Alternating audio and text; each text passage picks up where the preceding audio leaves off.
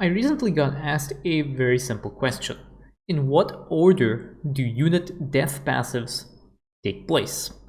For example, if you have Artanis' Guardian Shell and you have Kerrigan's Thoracic Strain Ultralisks, which respawn when they take fatal damage, in what order do these passives trigger? Does the Guardian Shell trigger first, or does the Thoracic Strain Cocoon be created first, and then only once the Ultralisk takes fatal damage for the second time does the Artanis' Guardian Shell passive trigger? Now, usually with these types of questions, it's just best to go into the game and actually test it out. But the goal of this video is to provide you with an idea as to the set of rules that are followed by the game when such questions are asked. So, in this case, you might guess that the commander passives apply before the unit-specific passives. So Kerrigan is just about to respawn, we'll wait for her to do that. And now, we will just attack this Ultralisk with a bunch of Zerglings. And you'll see that the Guardian Shell passive applies first, and then the Ultralisk Chrysalis is created next, after the Guardian Shell has finished triggering. So you might be guessing that, okay, a Commander passive applies first, and then once all the Commander passives have been applied, then you have a unit-centric passive, which will prevent the death of this unit. However, I'd like to draw your attention to this. Same idea as before, we have a Thoracic Strain Ultralisk from Kerrigan, but this time we have a Vorazun ally with a Dark Pylon, and the Ultralisk is sitting inside the Pylon range, so therefore the Ultralisk is cloaked, and therefore Vorazun's emergency recall will apply.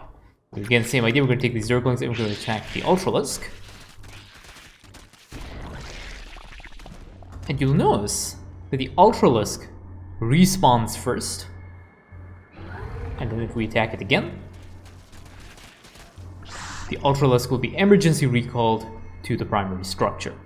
So in this case, we had Kerrigan's unit-centric passive applying first, and then we had Vorazun's commander level passive applying second. So the idea is to figure out what is going on and why this happens. Effects like Artanis' Guardian Shell and Vorazun's emergency recall, these are called death prevention effects, and they are applied to every single co-op unit in the game. In fact, they are applied after a long chain of other effects that handle a unit's behavior. The death prevention effects are only a small subset of effects that get applied to units when they are created. There are a bunch of other effects as well that get applied. For example, Karax's Unity Barrier. Those are also applied to every single unit in the game when they get created. Now, you might be disappointed to find out that there is no way of actually predicting how a unit will behave unless you've looked through the editor and found the appropriate death prevention controller effect. There are no real rules and there's no way of actually determining this. If you want to have a look at this effect yourself, the name of the effect is called On Death Controller Death Prevent. This effect decides which effects take precedence over the others, and I've shown you a somewhat simplified example of what this looks like. If you go to the editor and you have a look at this effect yourself, there will be a bunch of other stuff that is also there. For example, Han Horner's death effects for her Reapers and for her Hellions, those are also part of this effect controller.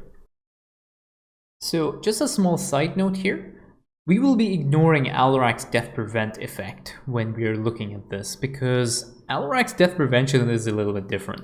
If Alarak goes below 50 HP, he'll start eating his supplicants until he regenerates the appropriate amount of HP. And because of that, he does not trigger this Death Prevent effect, death in quotation marks over here. He doesn't trigger that Death Prevent effect when he is about to die. He triggers that death prevent effect when he is very, very low on HP, and sometimes it can get a little bit confusing and can kind of mislead you into thinking that they will behave differently. So we're going to be ignoring Alarak for this one. The way this death prevention controller works is that the effects at the top take precedence and they will proc first. And then the game will make its way down this list until there are no more effects left and the unit will die for good. The parts that we're interested here is Artanis' Guardian Shell, Kerrigan's Ultralisks, Dehaka's Mutalisks, Karax's Sentinels, Zeratul Void Templars, Vorazun's Emergency Recall, Tychus' Cannonball, and Menx's Sky Furies, in this case his Vikings. Now, obviously, as new co-op commanders get added, there is a good chance that there are going to be death prevention effects for the new commanders' units. And this video may get a little bit out of date because the developers can simply shuffle these things around without really changing the game very much. So, as a result, what I've done is on StarCraft2coop.com, under the Resources tab, you will find a list of these death prevention effects. And there will be also a link to this video if you want to have a look at it. So we're going to do one more as an example. Remember that Tychus's Cannonball lies after Vorzun's Emergency Recall.